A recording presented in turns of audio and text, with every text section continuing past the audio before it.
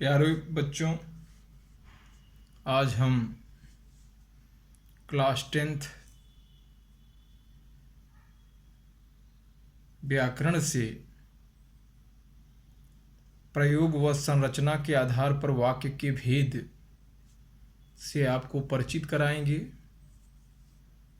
Class 9th में अर्थ के आधार पर वाक्य के भेद आप पढ़ चुके हैं। जब आपने अर्थ के आधार पर वाक्य के भेद पढ़ा, उस समय आप वाक्य से परिचित हो गए होंगे। जो आपके सिलेबस में है, प्रयोग व संरचना के आधार पर वाक्य के भेद, आज हम आपको उसी से परिचित कराएंगे। अब प्रयोग व संरचना के आधार पर वाक्य के भेद पढ़ाने से पहले संक्षिप्त रूप में हम आपको वाक्य से परिचित कराना चाहते हैं। वाक्य है क्या? हिंदी भाषा या व्याकरण के 3 अंग होते हैं: वर्ण, शब्द, वाक्य।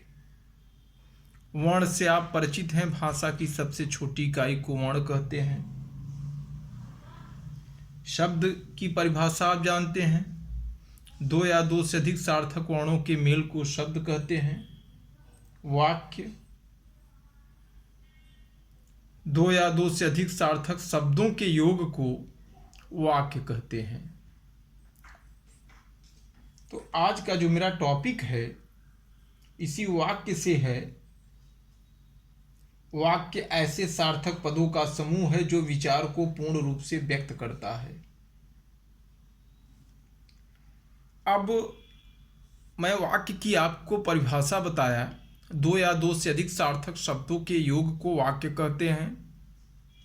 और जब यही शब्द किसी वाक्य में प्रयुक्त होकर के व्याकरणिक रूप से परिचय देने लगता है, तो उसे हम पद कहते हैं। शब्द ही तब वहां पद का रूप धारण कर लेता है। जैसे मोहन चलता है। अब मोहन चलता है, मोहन और चलता, अगर मोहन को अलग से आप देखिए तो ये शब्द है, लेकिन वाक्य में यह प्रयोग हुआ तो यह व्याकरणिक परिचय देने लगा, यह संज्ञा है। और जब वाक्य में शब्द प्रयोग हो तो वहां जगह हम शब्द नहीं, उसको पद कहते हैं। अब वाक्य के प्रकार के बारे में हम जाने। जैसा कि आप देख पा रहे हैं, प्रयोग व संरचना के आधार पर वाक्य के 3 भेद होते हैं, जो कि आज हम आपको पढ़ाएंगे। और इसमें है साधारण वाक्य, संयुक्त वाक्य और मिश्र वाक्य। अर्थ के आधार पर वाक्य के भेद 8 होते हैं, जो कि आप क्लास 9th में पढ़ चुके हैं। और आगे हम आपको वाच्य पढ़ाएंगे। वह वाच्य जो हम आपको पढ़ाएंगे वह अलग से कोई पाठ नहीं हम आपको व्याकरण में पढ़ाने जा रहे हैं, वह भी क्लास 10th में है। वह भी इसी वाक्य के प्रकार के अंतर्गत आता है। क्रिया के आधार पर वाक्य के भेद यह 3 है: कर्तृवाच्य, कर्मवाच्य और भाववाच्य। इसे भी हम आगे आपको पढ़ाएंगे। आज का जो मेरा टॉपिक है, प्रयोग व संरचना के आधार पर वाक्य के भेद, इसी से आज हम लोग परिचित होंगे। अब 3 भेदों की बात की गई: साधारण वाक्य, संयुक्त वाक्य, मिश्र वाक्य। अब इसको हम अलग अलग देख लेते हैं। सबसे पहले आप साधारण वाक्य पढ़ने से पहले वाक्य के कितने अंग होते हैं यह जान लीजिए, जिससे कि साधारण वाक्य आपके लिए बहुत सरल हो जाए समझने में। वाक्य के 2 अंग होते हैं, आप पढ़ चुके हैं। एक होता है उद्देश्य और एक होता है विधेय। उद्देश्य से भी आप परिचित हैं और विधेय से भी आप परिचित हैं। उद्देश्य क्या होता है, विधेय क्या होता है, आप जानते हैं। जैसे पिताजी अखबार पढ़ रहे हैं, तो यहाँ पिताजी क्या है, उद्देश्य है। और कर्म कर्म कर्म का विस्तारक और क्रिया जो होता है वह विधेय होता है। जैसा कि आप देख पा रहे हैं, मोहन आया, भागता हुआ चोर पकड़ा गया, जैनेन्द्र की कहानियाँ रुचिपूर्वक पढ़ी जाती है, राम का मित्र श्याम धार्मिक पुस्तकें ज़्यादा पढ़ता है। यह भी पूछ लिया जाता है कि नीचे दिए गए वाक्यों से उद्देश्य और विधेय अलग करके लिखिए। तो जान लेना जरूरी है कि उद्देश्य क्या होता है, विधेय क्या होता है। उद्देश्य क्या है? उद्देश्य वाक्य में प्रयुक्त कर्ता और कर्ता के साथ कर्ता का विस्तारक उद्देश्य कहलाता है। विधेय क्या है? उद्देश्य के बारे में कहा गया कथन विधेय कहलाता है। अब एक उदाहरण के माध्यम से हम इसको स्पष्ट कर देते हैं। राम का मित्र श्याम धार्मिक पुस्तकें ज़्यादा पढ़ता है। राम का मित्र श्याम धार्मिक पुस्तकें ज़्यादा पढ़ता है। तो आप ये जो देख रहे हैं श्याम, यहाँ देख रहे हैं राम का मित्र श्याम, ये आपका पूरा का पूरा उद्देश्य है। यह आपका पूरा का पूरा उद्देश्य है। क्यों? क्योंकि यह कर्ता का विस्तारक है। और जो आप देख पा रहे हैं कर्म, कर्म का विस्तारक, उसमें आपका हो गया धार्मिक पुस्तकें ज़्यादा पढ़ता है। मोहन आया, मोहन में कर्ता क्या है? मोहन है। क्रिया आया है, उद्देश्य आपका मोहन, आया क्रिया, इसमें उद्देश्य विधेय हो गया। भागता हुआ चोर पकड़ा गया। अब सोचिए, भागता हुआ चोर, तो यह चोर जो है कर्ता है, और ये जो इसके पहले आप देख रहे हैं यह कर्ता का विस्तारक उद्देश्य है, और जो पकड़ा गया आप देख रहे हैं यह विधेय है। जैसे जैनेन्द्र की कहानियाँ, तो ये कहानियाँ किसकी है? जैनेन्द्र की। यह कर्ता का विस्तारक है, रुचिपूर्वक पढ़ी जाती है। तो यह जो दो आप देख रहे हैं इसे हम विधेय कहते हैं। और आज्ञा सूचक वाक्यों में विधेय होता है। यदि इस प्रकार के वाक्य हमें कहीं मिले, इधर आओ, खड़े हो जाओ, ऐसे वाक्य हमें मिले आज्ञा हो, तो उसे हम विधेय ही कहेंगे। तो आप उद्देश्य और विधेय से परिचित हो गए। अब जैसे राम भोजन करता है, एक उदाहरण यहाँ है, वाक्य में से उद्देश्य एवं विधेय अलग करके लिखिए। तो राम आपका उद्देश्य हुआ और उसके द्वारा किया गया जो कार्य है, भोजन करता है, भोजन आपका कर्म है, करता है क्रिया है, यह आपका विधेय हो गया। अब उद्देश्य और विधेय समझने के बाद अब आप समझ लेंगे कि सरल वाक्य क्या है। सरल वाक्य, सरल वाक्य किसे कहते हैं? जिन वाक्यों में एक उद्देश्य तथा एक विधेय या एक ही क्रिया पदबंध होता है वह सरल वाक्य कहलाता है। सिंपल सेंटेंस है, इसमें किसी भी प्रकार का कोई भी परेशान होने की आवश्यकता नहीं है। सीधी सी बात है कि सरल वाक्य क्या है, इसके दो नियम है। दो बातों को आप समझ लीजिए, सरल वाक्य समझ लेंगे। पहला पॉइंट इसमें क्या है कि एक उद्देश्य आपको मिलेगा और एक विधेय मिलेगा, और यदि यह दोनों आप देखने में असमर्थ हैं तो जो क्रिया होगा वो अभी एक ही होगा, दो क्रियाएं इसमें नहीं होंगी, एक ही क्रिया होगी। यह सीधे सीधे सरल वाक्य सिंपल सेंटेंस है। इसमें आपको परेशान होने की आवश्यकता नहीं है। राम भोजन करता है, जैसा कि आपने देखा, तो राम को आप क्या कहेंगे? यह उद्देश्य हो गया, और भोजन करता है यह विधेय हो गया, आप इसको कहेंगे सरल वाक्य है। ऐसे आप समझ सकते हैं। इससे भी नहीं समझ पाए तो आपने देखा कि इसमें जो क्रिया है वह एक ही है, करता है, यह सरल वाक्य है। तो इसमें ज़्यादा परेशान होने की आपको आवश्यकता नहीं है, समझने की आवश्यकता है। और नीचे आप देखिए, विभिन्न उदाहरणों के माध्यम से हम आपको सरल वाक्य समझाने का प्रयास करें। देखिए, पहला उदाहरण आपको मैं दे रहा हूँ, रेलगाड़ी रुकी। एक क्रिया आप देख पा रहे हैं, आप इसको कहेंगे सरल वाक्य। बस ड्राइवर ने बस बहुत तेज चलाई। अब देखिए, बस ड्राइवर ने बस बहुत तेज चलाई। अब इसमें यह विशेषता बताई जा रही ड्राइवर की, बस ड्राइवर ने बस बहुत तेज चलाई। अब यहाँ बस कर्म, और बहुत तेज चलाई विशेषण का काम किया जा रहा है इसमें। तो अब यह जो आपका उद्देश्य विधेय, कर्म, कर्म का विस्तारक क्रिया, अब यह उद्देश्य विधेय यदि आप समझ गए तो भी आप कहेंगे सरल वाक्य। यहाँ आप नहीं समझ पाए तो एक क्रिया देख करके भी आप कहेंगे कि यह सरल वाक्य है।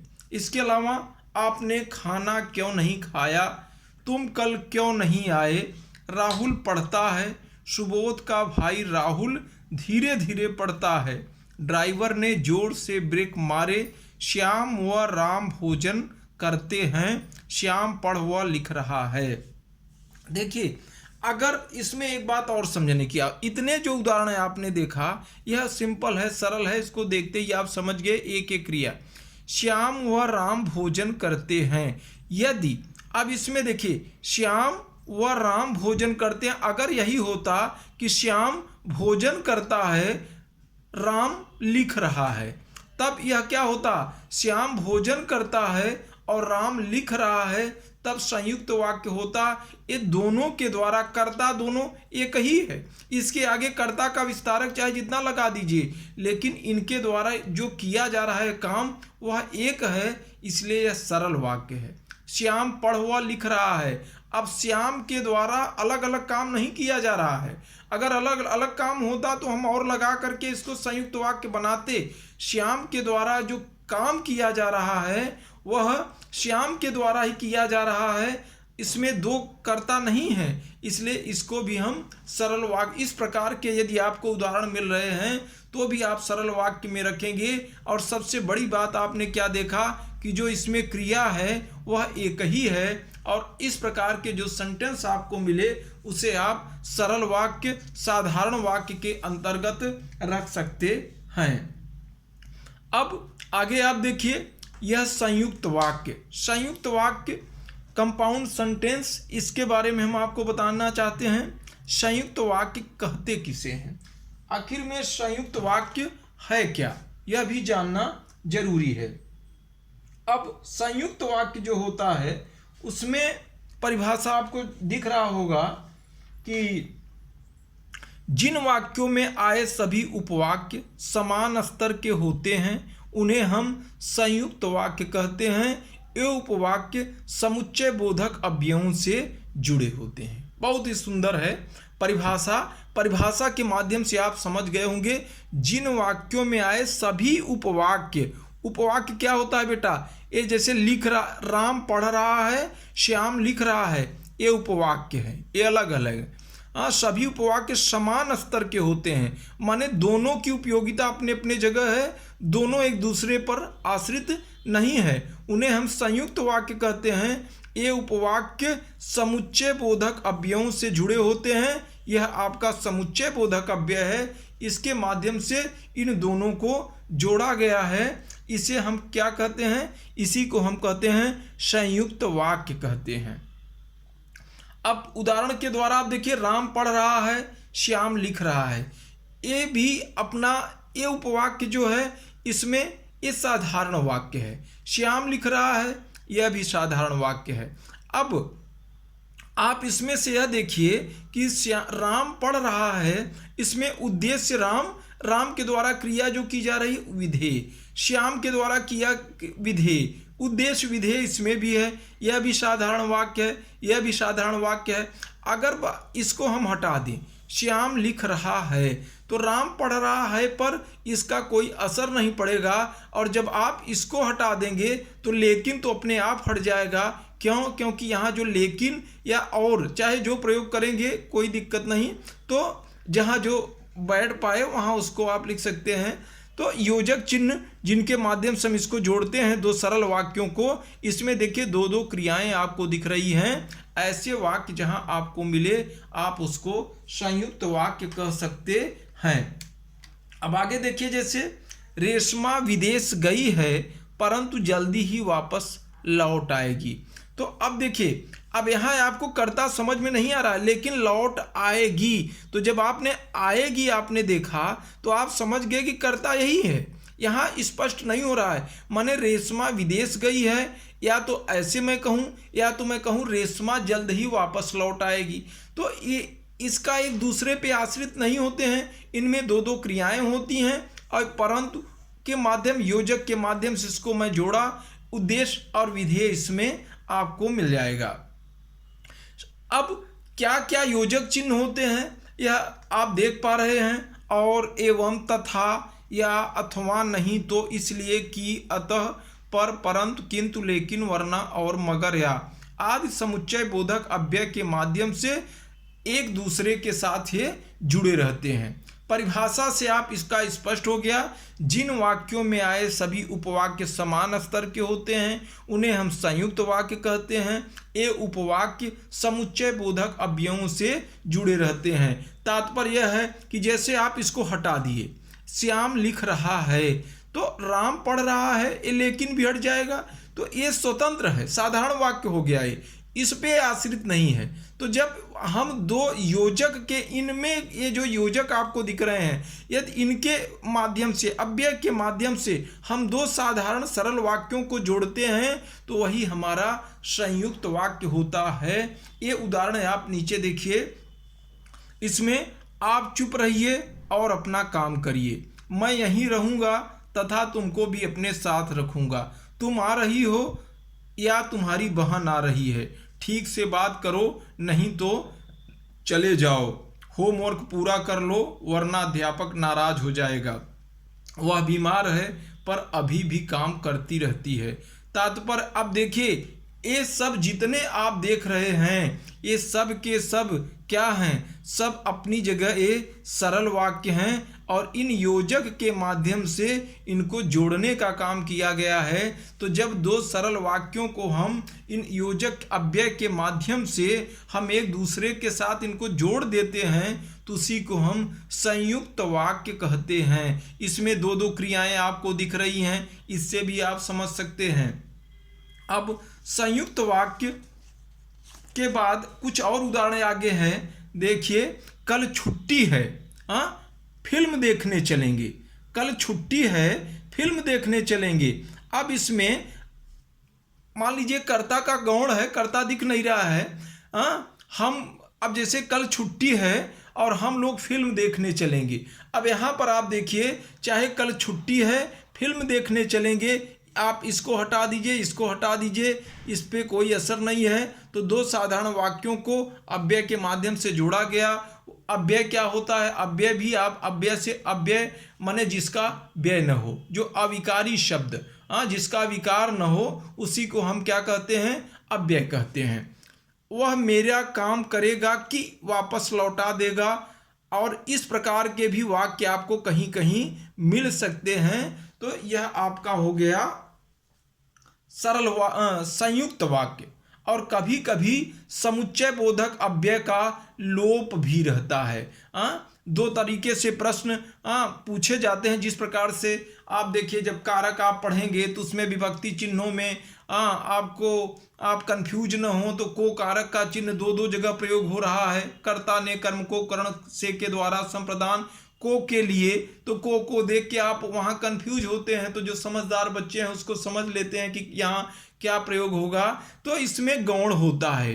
लेकिन आज परीक्षा है, एक क्रिया को ही नहीं मिलेगा, दो क्रिया, एक तो इससे अतः ये यहाँ पर छुपा रहेगा। मुझे दवाई चाहिए थी, बाजार गया था।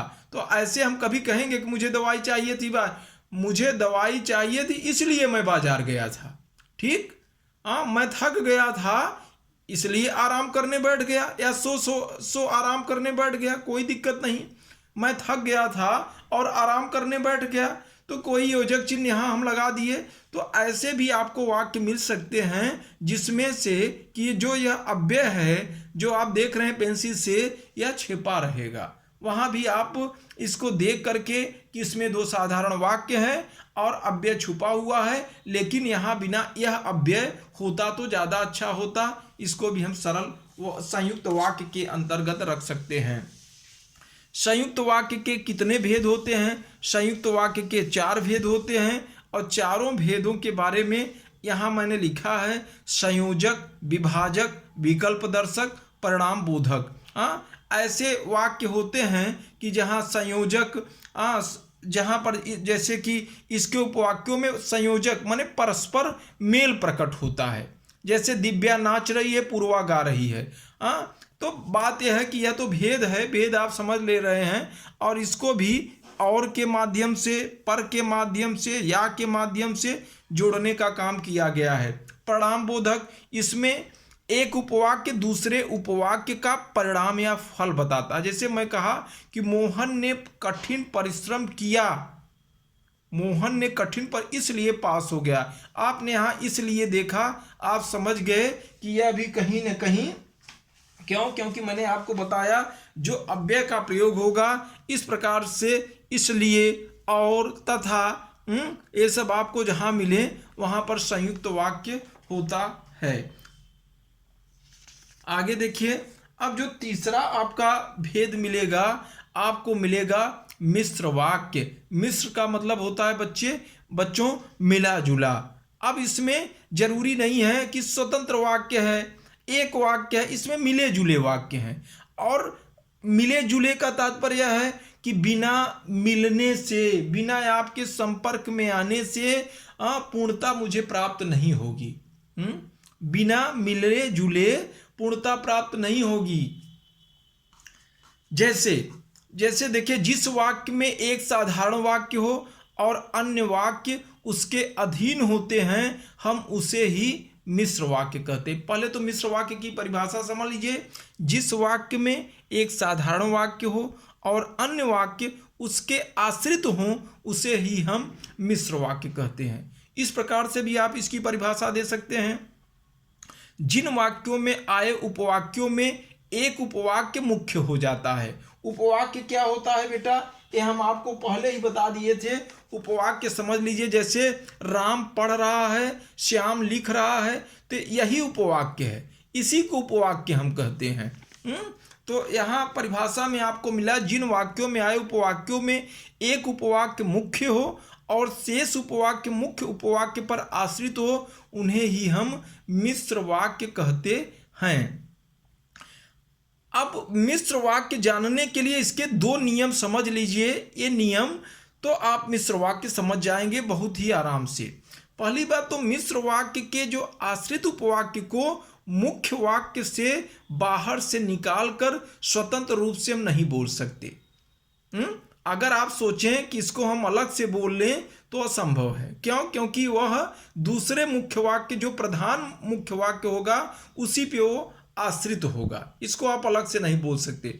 दूसरी बात इसमें क्या है कि मिश्र वाक्य के जो आश्रित उपवाक्य होंगे, वह कि जो, जिसे, जहां, वहां, जब, तब आदि से जुड़े होते हैं। तो सबसे बड़ी बात, जो परीक्षा में एक प्रश्न पूछेंगे कि नीचे दिए गए वाक्यों में से आश्रित उपवाक्य छांट करके अलग कीजिए। तो जहां से यह शुरू होगा कि, जो, जिसे, जहां, जैसे नीचे उदाहरण आप देख रहे हैं ना, यही आपका, जैसे ही कि आपने देखा कि यहां से वाक्य शुरू हुआ है, आपने कहा यह आश्रित उपवाक्य है। जिन्हें देखिए, इसमें क्या है, संज्ञा दिया गया है, इसमें इस प्रकार के किसी वाक्य से इसका प्रारंभ नहीं हो रहा है।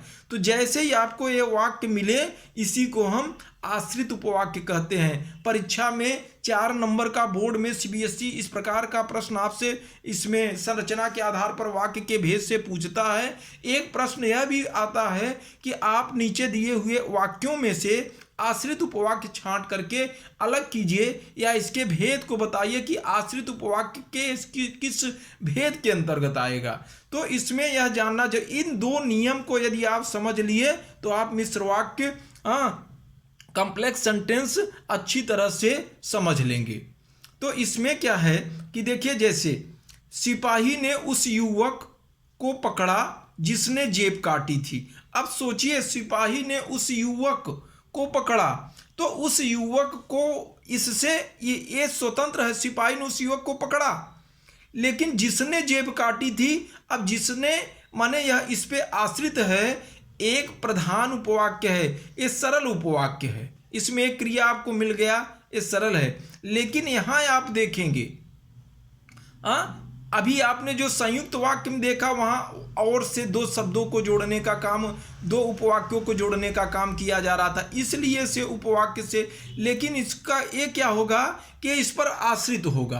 अटल जी ने कहा था कि, अटल जी ने कहा, अब क्या कहा, तो हम शांति युद्ध दोनों के लिए तैयार हैं। बिस्मिल्लाह खां वही शहनाई वादक हैं जिन्हें भारत रत्न से अलंकृत किया गया। पिताजी ने वह मकान बेच दिया। ठीक, अब यह प्रधान उपवाक्य है, जो पुराना हो गया था। अब जो पुराना हो गया था अगर हम लिखें तो क्या पुराना हो गया था, तो बिना इसके स्पष्ट नहीं होगा। उसने वही कार खरीदी जो उसके मित्र के पास थी। वह चाहता तो मेरी मदद कर सकता था, पर, तो कहने का तात्पर्य इसमें दो उपवाक्य होते हैं, एक प्रधान उपवाक्य होता है, एक आश्रित उपवाक्य होता है। और जो आश्रित उपवाक्य होता है वह बिना प्रधान उपवाक्य के स्वतंत्र रूप से नहीं बोला जा सकता है।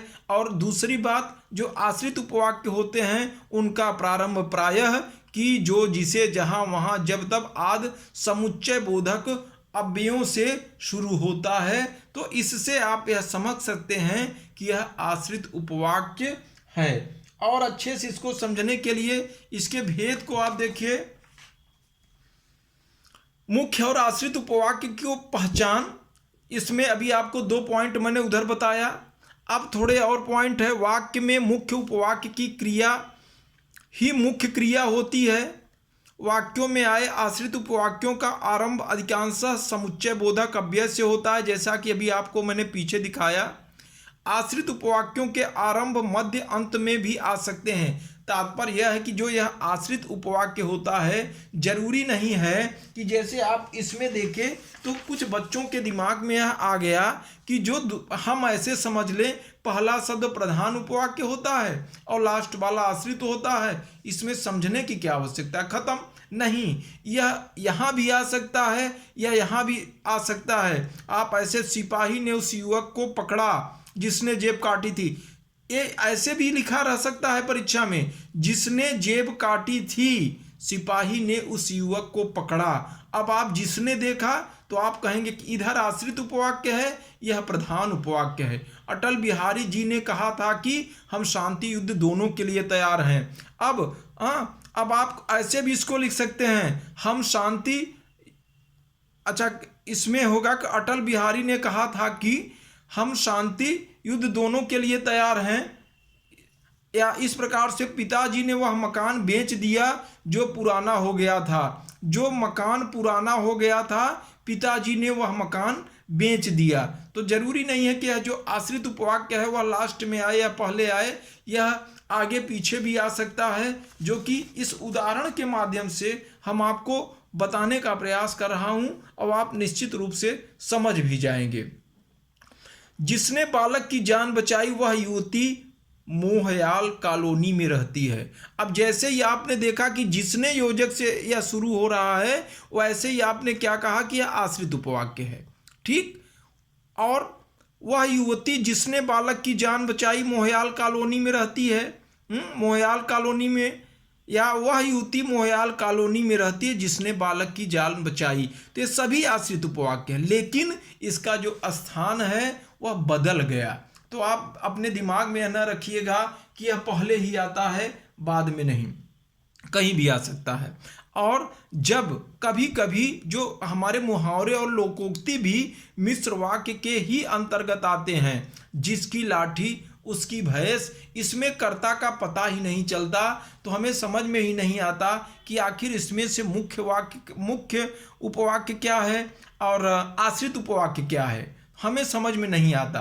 तो कुछ बातें अब इसको आप समझिए कि यदि मिश्र वाक्य के सभी उपवाक्य योजक शब्दों से, माने यह भी योजक से शुरू, अब इसमें आपने देखा कि एक ही योजक से शुरू हो रहा था, जबकि इसमें आपने देखा दोनों योजक से शुरू हो रहा है।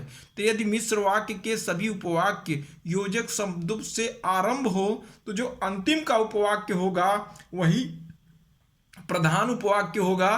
तो यह मेरा प्रधान उपवाक्य अंतिम वाला हुआ और यह आश्रित उपवाक्य हुआ मिश्र वाक्य के अंतर्गत, जहाँ लोकोक्ति और मुहावरे हैं, इस प्रकार के वाक्य आए और पूछा जाए तो आप ऐसे भी लिख सकते हैं।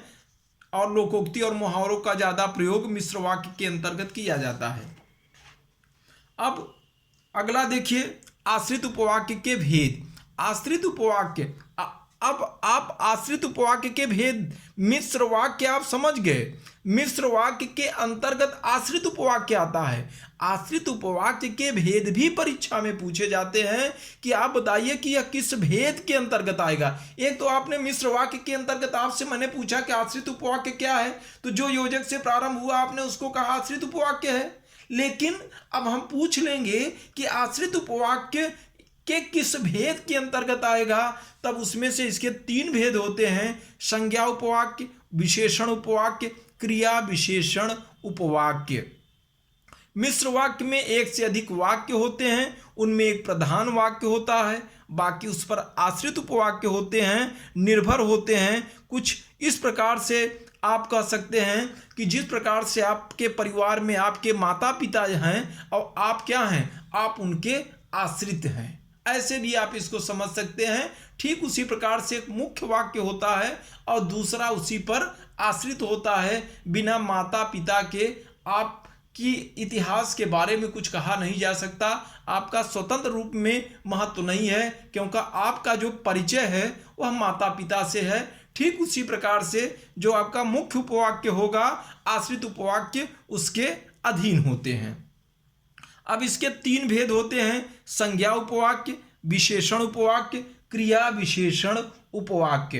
अब संज्ञा उपवाक्य, इसमें इस किताब के माध्यम से हम आपको समझाने का प्रयास कर रहे हैं।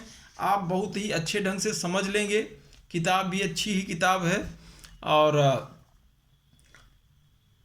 दिख भी रहा होगा आपको। देखिए, संज्ञा उपवाक्य जो होता है उसमें क्या है कि संज्ञा उपवाक्य वे उपवाक्य हैं जो वाक्य में संज्ञा पद या संज्ञा पदबंध के स्थान पर आ सकते हैं और वही प्रकार कर सकते हैं जो प्रकार संज्ञा पदबंध द्वारा किया जाता है। आप परिभाषा से ठीक से समझ नहीं पाए, आप सरल शब्दों में इसको पहचानने का प्रयास करिए। इसमें 2 पॉइंट आप समझिए। पहली बात, संज्ञा उपवाक्य की पहचान के लिए वाक्य की क्रिया पर क्या शब्द से प्रश्न करना चाहिए और क्या के उत्तर में जो उपवाक्य मिले वही संज्ञा उपवाक्य है। अगर क्या का उत्तर नहीं मिल रहा है तो संज्ञा उपवाक्य नहीं है। दूसरी बात, इसके अलावा संज्ञा उपवाक्य प्रायः कहाँ से प्रारंभ होता है? की से। यदि वाक्य में जैसे आपने कहा मुझे मालूम है कि लोग मुझे पसंद करते हैं, तो अब जैसे पहली बात तो आपने की देखा, की देखते ही आपसे मैंने पूछा कि आश्रित उपवाक्य के किस भेद के अंतर्गत आता है, आपने कहा संज्ञा उपवाक्य के अंतर्गत। दूसरी बात, जब आप इसमें प्रश्न पूछे कि मुझे मालूम है, क्या मालूम है, तो उत्तर क्या आया? लोग मुझे पसंद नहीं करते। अध्यापक बोला, क्या बोला? कल से वे विशेष कक्षाएं नहीं लेंगे। क्या से आप उत्तर पूछेंगे, जो उत्तर मिल रहा है आपको इधर, यही आपका आश्रित उपवाक्य होता है। ठीक इसी प्रकार से आपका विशेषण उपवाक्य है। विशेषण उपवाक्य में जहां आप यहां क्या से प्रश्न पूछ रहे हैं, विशेषण उपवाक्य में कौन सी से शब्द प्रश्न पूछेंगे। विशेषण उपवाक्य वे उपवाक्य हैं जो संज्ञा पदबंध की विशेषता को बताते हैं, जैसे कोई विशेषण पद या विशेषण पदबंध बताता है। अब इसमें क्या है, इसमें भी 2 पॉइंट आप समझ लीजिए, विशेषण पदबंध समझ लेंगे। विशेषण उपवाक्य की पहचान के लिए प्रधान उपवाक्य के कर्ता पर कौन सी शब्द से आप प्रश्न करिए, जो उत्तर मिलेगा वही आश्रित उपवाक्य हो जाता है। जैसे कि आप इस पेज पर देखिए, यहाँ जैसे इसमें दूसरी बात क्या दिया गया है कि इसके अतिरिक्त विशेषण उपवाक्य प्रायः किससे शुरू होते हैं? जो जिस, उसमें आपने संज्ञा में की देखा, आदि अव्ययों से जुड़े रहते हैं। जैसे जो लड़की काम कर रही थी वह बहुत ईमानदार है। अब इसमें हम पूछें आपसे आश्रित उपवाक्य क्या है, तो आप यहाँ पूछेंगे प्रश्न कि कौन सी लड़की बहुत ईमानदार है, तो आप कहेंगे जो लड़की काम कर रही थी। वाक्य के प्रधान उपवाक्य पर यदि कौन सी शब्द से प्रश्न करें, कौन सी लड़की ईमानदार है, तो उत्तर में मिलने वाला उपवाक्य जो लड़की काम कर रही थी विशेषण उपवाक्य होगा। इसके अलावा यह जो प्रसंग से भी जुड़ा हुआ है। नीचे उदाहरण में आप देखिए, यह सब जो, जिसे, जिसने से जुड़ा है। अगर कौन सा से आप प्रश्न करेंगे तो जो उत्तर आपको मिल रहा है यही आपका आश्रित उपवाक्य है। समझ गए होंगे आप। आश्रित उपवाक्य, पिताजी ने वह मकान बेच दिया। कौन सा मकान बेच दिया? जो बहुत पुराना था। मेरी वह काली कमीज फट गई। कौन सी कमीज फट गई? हाँ, जिसे मेरे भाई अमेरिका से लाए थे।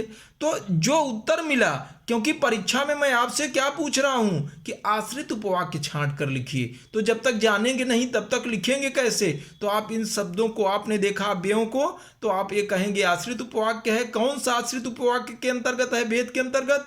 तो आप कहेंगे विशेषण। अच्छा, तीसरी बात है क्रिया विशेषण।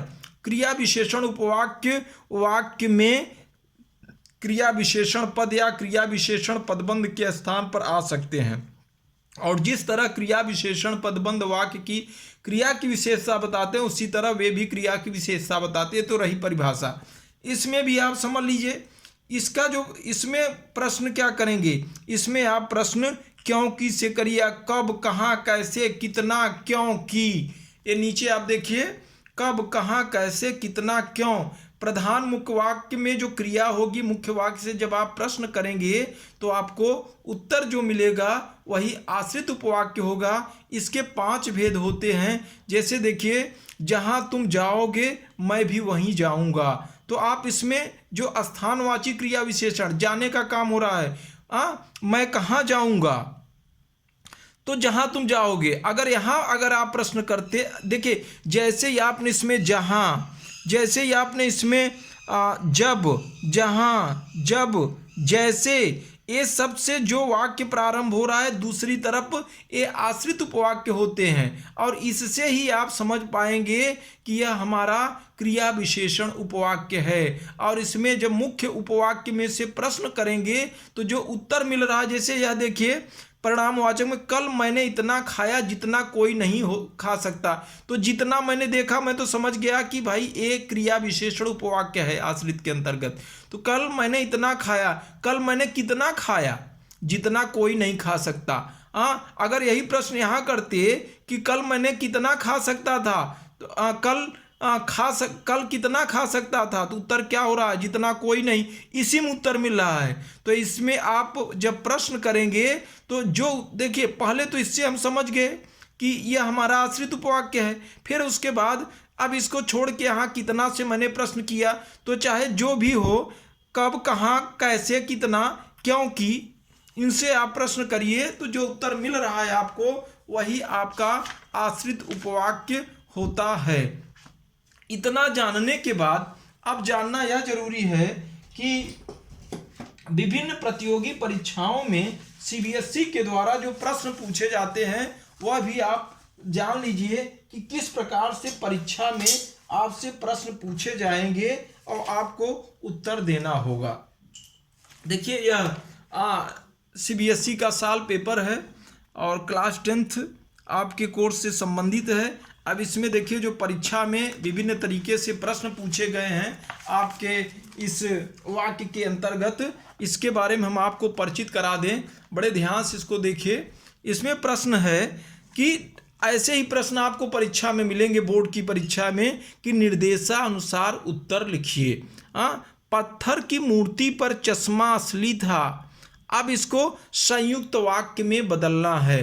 तो एक क्रिया आपने देखा, तो एक क्रिया देखने से निश्चित रूप से आप यह समझ गए होंगे कि यह क्या है, सरल वाक्य है। लेकिन संयुक्त वाक्य में बदलना है तो बहुत ही सरल है। अब हम इसमें क्या करेंगे, इसमें हम योजक अव्यय के माध्यम से इसमें 2 वाक्यों को हम बना देते हैं। मूर्ति पत्थर की थी लेकिन उस पर चश्मा जो था वह असली थी। मूर्ति जो थी वह पत्थर की थी, लेकिन जो चश्मा था वह असली था। इससे यह स्पष्ट हो गया, यह संयुक्त वाक्य में बदल गया। मूर्तिकार ने सुना और जवाब दिया, सरल वाक्य में बदलिए। मूर्तिकार ने सुन करके जवाब दिया। अब जब यह संयुक्त वाक्य था तो और मैंने हटा दिया, मूर्तिकार सुन करके जवाब दिया। तीसरी बात आप देखिए, काशी में संगीत आयोजन की एक प्राचीन एवं अद्भुत परंपरा है। मिश्र वाक्य में, मिश्र माने मिले जुले वाक्य, अब ये एक दूसरे पर ये डिपेंड हमें करना है। काशी में संगीत आयोजन की एक प्राचीन एवं अद्भुत परंपरा है। पहली बात तो आप बताइए कौन सी वाक्य है? आप कहेंगे एक क्रिया है, सरल वाक्य है। मिश्र वाक्य में बदलना है तो आप कहेंगे काशी में संगीत आयोजन की एक परंपरा है। काशी में संगीत आयोजन की एक परंपरा है जो प्राचीन एवं अद्भुत है, जो प्राचीन एवं अद्भुत है। हम जो के माध्यम से इसको जोड़ करके मिश्र वाक्य में बदल दिए। एक चश्मे वाला है जिसका नाम कैप्टन है। आश्रित उपवाक्य छाट करके भेद लिखिए। एक चश्मे वाला है जिसका, तो भाई मैं पहले ही आपको बता दिया था, जहां जिसका से शुरू हो तो यह विशेषण उपवाक्य आपका है। और देखिए प्रश्न इस प्रकार के आपके परीक्षा में जो पूछे जाते हैं, देखिए यहाँ ऐसे ही प्रश्न आएगा, निर्देशानुसार उत्तर लिखिए। 1 साल पहले बने कॉलेज में शीला अग्रवाल की नियुक्ति हुई थी। संयुक्त वाक्य में आपको बदलना है। 1 साल पहले का जो कॉलेज, देखिए संयुक्त वाक्य में हमें बदलना है, आयोजक हम और लगा देंगे। 1 साल पहले कॉलेज बना था। 1 साल पहले जो कॉलेज, 1 साल पहले कॉलेज बना था और उसमें शीला अग्रवाल की नियुक्ति हुई थी। 2 पॉइंट हमने बनाया। 1 साल पहले कॉलेज बना था और उसमें शीला अग्रवाल की नियुक्ति हुई थी। मैं इसको सरल वाक्य को संयुक्त वाक्य में बदल लिया। जो व्यक्ति साहसी होते हैं उनके लिए कोई कार्य संभव नहीं है। जो व्यक्ति साहसी होते हैं उनके लिए कोई कार्य नहीं होता। अब देखिए जो व्यक्ति, अब यह तो हमें पता चल गया कि मिश्र वाक्य है, उनके लिए कोई कार्य संभव नहीं है। अब हम क्या करेंगे कि इसको सरल वाक्य में बदलना है। तो साहसी व्यक्तियों के लिए, साहसी व्यक्तियों के लिए कोई कार्य असंभव नहीं है। एक क्रिया का प्रयोग मैंने कर दिया। सवार का संतुलन, जो सवारी करता है, सवार का संतुलन बिगड़ा और वह गिर गया। यह संयुक्त वाक्य है। अब इसको हमें मिश्र वाक्य में बदलना है तो आप कहेंगे कि जैसे ही सवार का संतुलन बिगड़ा वैसे ही वह गिर गया। यह है, केवट ने कहा कि बिना पांव धोए आपको नाव पर नहीं चढ़ाऊंगा। आश्रित उपवाक्य छांट कर भेद लिखिए। तो बेटा यह की जैसे ही आपने देखा, आप सीधा सीधा आपने कहा कि यह संज्ञा उपवाक्य है, क्योंकि जो की से प्रारंभ होता है वह संज्ञा उपवाक्य के अंतर्गत आएगा। देखिए और एक हल कर लेते हम। उसने स्टेडियम जाकर क्रिकेट मैच देखा। सरल वाक्य है। संयुक्त वाक्य में आपको इसको बदलना है। वह स्टेडियम गया और क्रिकेट मैच देखा। जैसे ही बच्चे को खिलौना मिला वह चुप हो गया। तो अब जैसे ये शब्द आया तो हम तो समझ गए मिश्र वाक्य। सरल वाक्य में हमें बदलना है तो जैसे वह, इन दोनों को हमें हटाना है। तो हम कहेंगे कि बच्चा को खिलौना मिलते ही, या बच्चे को खिलौना मिलते ही वह चुप हो गया। एक क्रिया में रख लिया, बच्चे को खिलौना मिलते ही वह चुप हो गया। मन्नू जी की साहित्यिक उपलब्धियों के लिए उन्हें अनेक पुरस्कार प्राप्त हुए।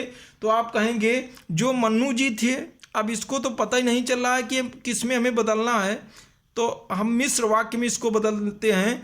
जो मन्नू जी थे उनको साहित्यिक उपलब्धियां मिलते ही, या तो मन्नू जी की साहित्यिक उपलब्धियों के लिए उन्हें अनेक पुरस्कार प्राप्त हो चुके हैं। अब इसको हमें मिश्र वाक्य में बदलना है तो हम कहें जो मन्नू जी की साहित्यिक उपलब्धियां थीं उसके लिए उनको अनेक पुरस्कार प्राप्त हुए हैं।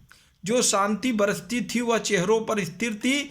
अब आश्रित उपवाक्य छाट कर लिखिए तो आप यह समझ जाएंगे कि जहाँ जो से शुरू हो रहा है निश्चित रूप से यह विशेषण उपवाक्य है। आप बताइए यह विशेषण उपवाक्य है।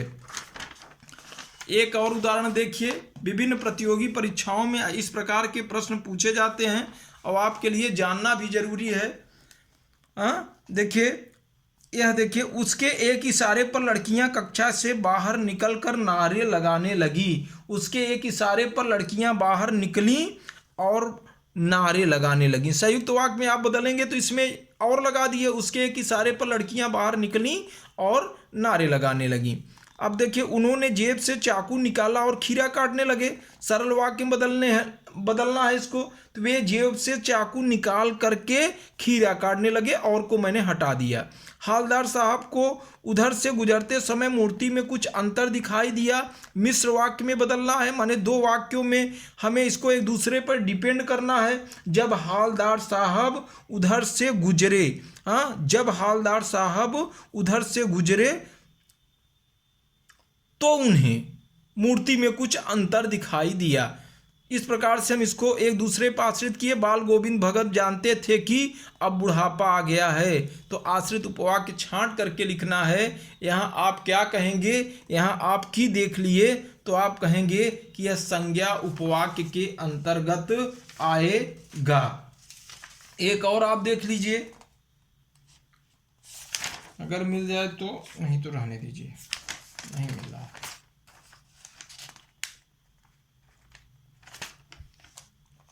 चलिए पेज 25 देखिए, यहाँ जैसे ही बत्ती गुम हुई या चली गई वैसे ही सारे वाहन चल पड़े। संयुक्त वाक्य में हमें बदलना है, मिश्र वाक्य के अंतर्गत है। अब हमें इसको संयुक्त में, बत्ती गुल हुई और सारे वाहन चल पड़े। वे दिल्ली में बीमार रहे और पता नहीं चला। सरल वाक्य में और को हमें हटाना है, उनके दिल्ली में बीमार होने का पता नहीं चला। उनके दिल्ली में बीमार होने का पता नहीं चला और आप हटा दीजिए। मिश्र वाक्य में इसको बदल दीजिए, वे रिश्ता बनाकर तोड़ते नहीं थे। अब इसको, वे जो रिश्ता बनाते थे उसे तोड़ते नहीं थे। इस प्रकार से एक दूसरे पर कर दीजिए। लास्ट में है, शकुंतला ने जो वाक्य दुष्यंत को कहे वह इस पढ़ाई का ही दुष्परिणाम था। आश्रित उपवाक्य में तो आप इसे क्या कहेंगे, इसको आप शकुंतला ने जो वाक्य कहे, माने विशेषण उपवाक्य के अंतर्गत आप इसको रख सकते हैं। अब मैं आपको कुछ प्रश्न दिया कि आपको उसको करना है, निश्चित रूप से आपने उसको किया भी, तो उस पर भी थोड़ा हम आपसे डिस्कशन कर लेते हैं। देखिए, यह मेरे प्रश्न थे आपके लिए, जैसे कि निम्नलिखित वाक्यों को ध्यानपूर्वक पढ़िए और रचना के आधार पर उसका भेद बताइए। प्रातः जल्दी उठो और 1 घंटे नियमित व्यायाम करो। संयुक्त वाक्य, क्योंकि और आपने देखा तो आप कह सकते हैं। मरीज दवा लेने अस्पताल गया, तो इसमें एक क्रिया है। सरल वाक्य, अध्यापक आए और कक्षा में शोर बंद हो गया। और शब्द आपने देखा संयुक्त वाक्य। आगे, परिश्रमी मजदूरों को सभी काम पर बुलाते हैं। सरल वाक्य, क्योंकि एक क्रिया है। जो लोग धनवान होते हैं उन्हें गरीबों की मदद, देखिए जो उन्हें एक दूसरे पे आश्रित है। मिश्र वाक्य, जैसे ही मोहन आया वैसे ही श्याम ने आगे बढ़कर उसका स्वागत किया। मिश्र वाक्य, उसने अपना आपा खोया और कटवचन बोलने लगा। और आपने देखा, इसको भी आप क्या कहेंगे, ये आप खुद ही बताएं। आगे, सवेरा होते ही पक्षियों के कलरव से आसमान गूंज उठा। सवेरा होते ही पक्षियों के कलरव से, यह भी आप अपने आप कर लीजिए। आंधी आई और धूल उड़ने लगी, यह भी आप अपने आप करिए। अपने अथक परिश्रम से उसने असंभव को भी संभव बना दिया। सरल वाक्य। और उसके बाद दूसरा प्रश्न है, निम्नलिखित वाक्यों को मिश्र वाक्य में बदलिए। मेरे घर पहुंचते ही आंधी आ गई। जैसे ही मैं घर पहुंचा वैसे ही आंधी आ गई। पुस्तकें खरीदने के लिए वह बाजार गई। उसे पुस्तकें खरीदनी थी इसलिए वह बाजार गई। दुकान पर सब्जी मिठाइयाँ देखकर बच्चे के मुंह में पानी आ गया। जैसे ही दुकान पर बच्चे ने मिठाइयाँ देखी वैसे उसके मुंह में पानी आ गया। निराला जी द्वारा रचित कविता सभी को पसंद आई। जो कविता निराला जी द्वारा रचित है वह सभी को पसंद आई। आगे देखिए, गार्ड द्वारा हरी झंडी हिलाते ही गाड़ी चल पड़ी। अब इसको मिश्र वाक्य में बदलना है हमें, यही तो था। वाक्यों को मिश्र वाक्य में हमें बदलना है। तो मिश्र वाक्य में, गार्ड द्वारा हरी झंडी हिलाते ही गाड़ी चल पड़ी। जैसे ही गार्ड ने हरी झंडी हिलाई वैसे ही गाड़ी चल पड़ी। पानी का टैंकर आते ही लोगों में हलचल मच गई। जैसे ही पानी का टैंकर आया वैसे ही लोगों में हलचल मच गई। महात्मा जी का प्रभावपूर्ण प्रवचन सुनकर लोग नतमस्तक हो गए। हाँ, अब आप इसको कह सकते हैं कि महात्मा जी का प्रवचन इतना प्रभावपूर्ण था कि उसे सुन करके लोग नतमस्तक हो गए। महात्मा जी का प्रवचन इतना या तो ऐसे कहिए, जैसे ही लोगों ने महात्मा जी का प्रवाहपूर्ण प्रवचन सुना वैसे ही नतमस्तक हो गए। रोहित शर्मा की अच्छी बल्लेबाजी के कारण भारत मैच जीत गया। रोहित शर्मा ने इतनी अच्छी बल्लेबाजी की कि भारत मैच जीत गया। चूंकि भारत मैच जीत गया, तो इस प्रकार के जो वाक्य हैं इसको आप स्वयं करिए और निम्नलिखित वाक्यों को संयुक्त वाक्य में बदलिए। शहर जाने पर श्याम मलेरिया से पीड़ित हो गया। संयुक्त वाक्य में आप बदलेंगे। शहर जाने पर श्यामू मलेरिया से पीड़ित हो गया। श्यामू शहर गया और मलेरिया से पीड़ित हो गया। तो ये सब जो प्रश्न दिए गए हैं आप स्वयं करिए तो ज़्यादा अच्छा है। प्रधानाचार्य की बातें सुनकर छात्र जोश से भर उठे।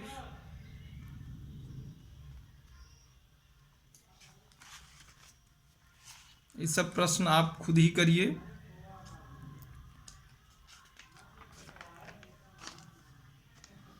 देखिए, इसमें निम्नलिखित वाक्यों को सरल वाक्य में बदलिए। इसमें से जो संयुक्त वाक्य है इसको आपको सरल वाक्य में बदलना है।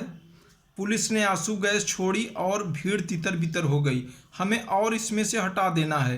पुलिस के आंसू गोले छोड़ते ही भीड़ तितर बितर हो गई।